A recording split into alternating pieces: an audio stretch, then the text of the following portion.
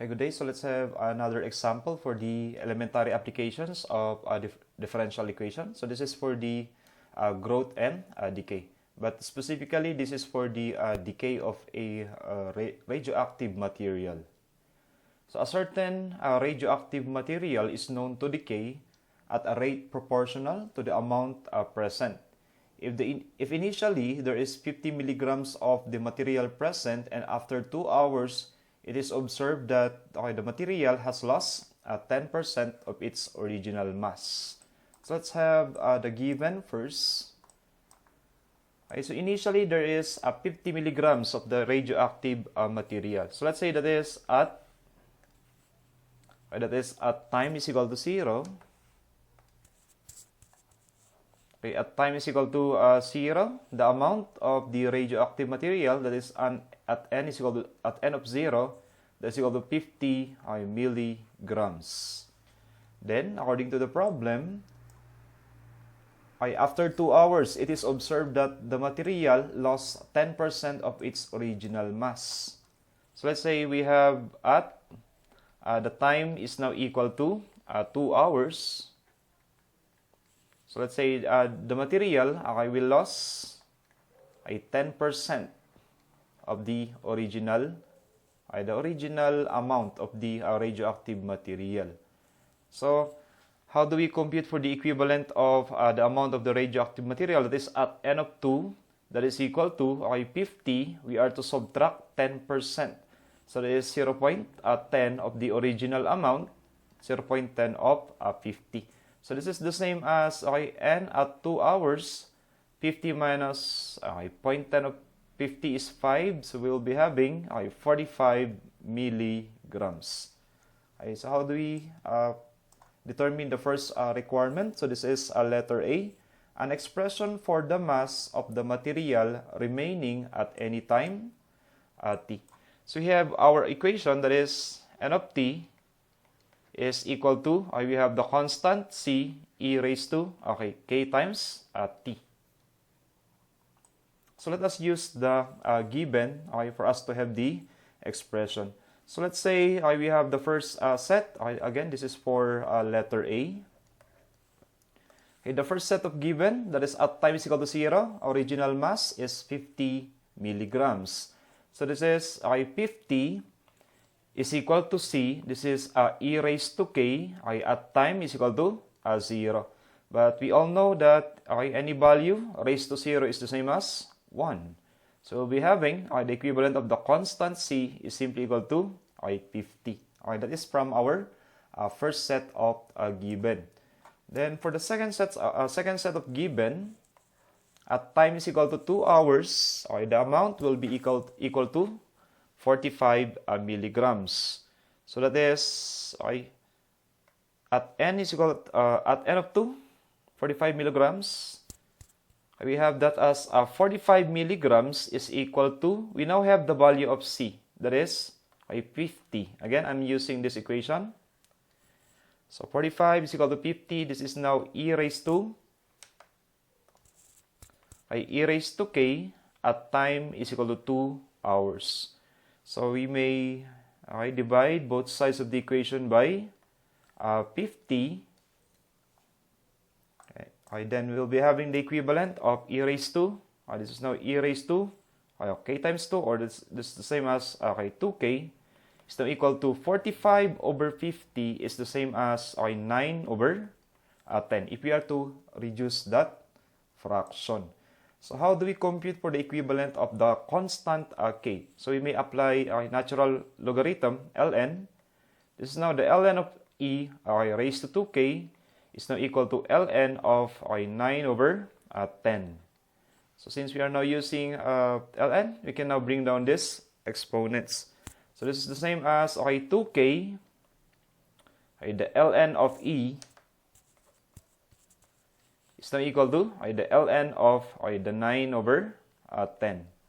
So we know that ln of e is the same as 1.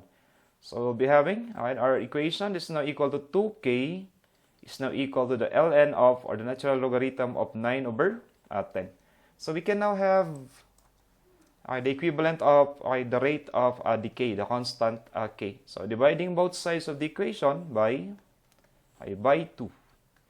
So we have the value of the constant k, or the proportionality constant. This is the ln of 9 over 10 divided by 2.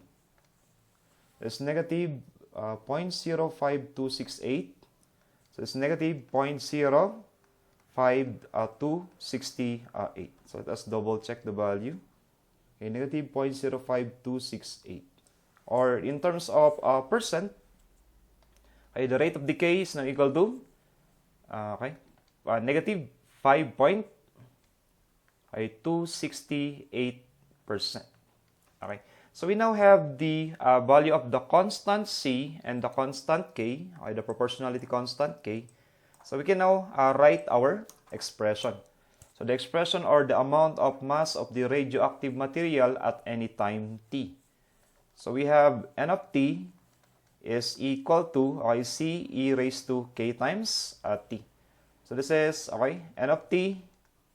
The value of the constant c is 50. This is now e raised to the value of k is negative 0.05268 multiplied by the time t. So this will be the expression that will give us the mass of the radioactive material at any time t. That will be our solution for letter A. N of t is equal to 50 e raised to negative 0.05268 of time t. Then we have letter B. The mass of the material after 4 hours. So since we have now our expression, we can now determine the mass at any time t. This is for letter B. At times now equal to 4 hours. We are now looking for the equivalent of the mass n of that is n of 4. So all we have to do is substitute from this expression. That will be our solution for letter B. This is n of 4 is now equal to, this is 50 e raised to negative 0.05268 multiplied by the time 4.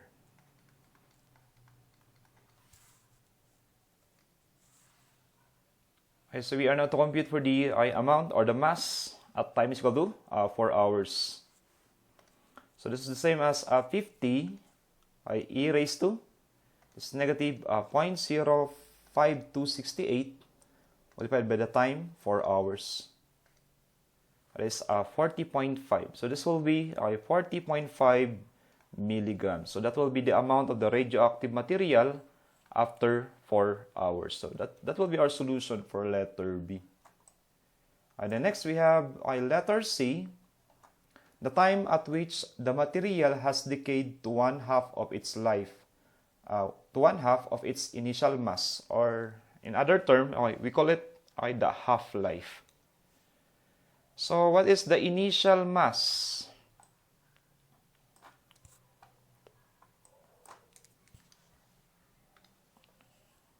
So this is for letter C.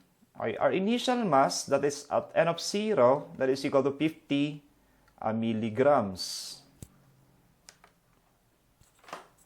So we are now looking for the time n of t, wherein the remaining amount will be half-life, that is 50 over 2. So that will be equal to 25 milligrams. So again, we are using this expression. This is the n of t is now equal to the c e raised to negative 0.05268 times the time. We are now computing for the time. So the remaining mass, half-life, that is equal to 25 milligrams. That is equal to, the constant c is equal to 50 milligrams. This is e raised to negative 0.05268 times the time t. So we may divide both sides of the equation by 25. So let's have the e raised to negative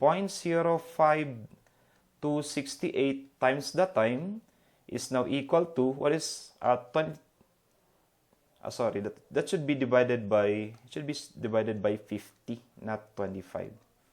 Again, so dividing both sides of the equation by 50, so what is the equivalent of 25 over 50? That is the same as 1/2. This is 1/2. Okay. How do we compute for the time t? Again, we can use a natural logarithm. This is the ln of e raised to negative 0.05268 times the time t is now equal to the ln of 1/2. So since we have now ln, we may bring down this exponent. This is, we have negative 0.05268 of the time t multiplied by the ln of e. So this is the same as 1 equal to the ln of 1/2. Okay, so we can now compute for the time t. All we have to do is divide both sides of the equation by the negative 0.05268.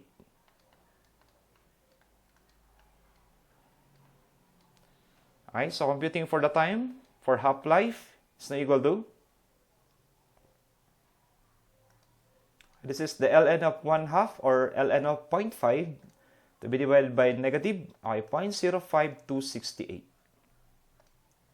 That is 13 point, or if you say 3 decimal places, this is 13.158 hours, since we are looking for the time. So this is the time for the half-life. Half-life of the radioactive material. So let's say after 13.158 hours, the remaining mass of the radioactive material will be half, or that is equal to 25 milligrams. So this will be our solution for this example. The time at which the material decayed to 1/2 of its initial mass, or the half-life. This is our solution for this example. So the decay of a radioactive material.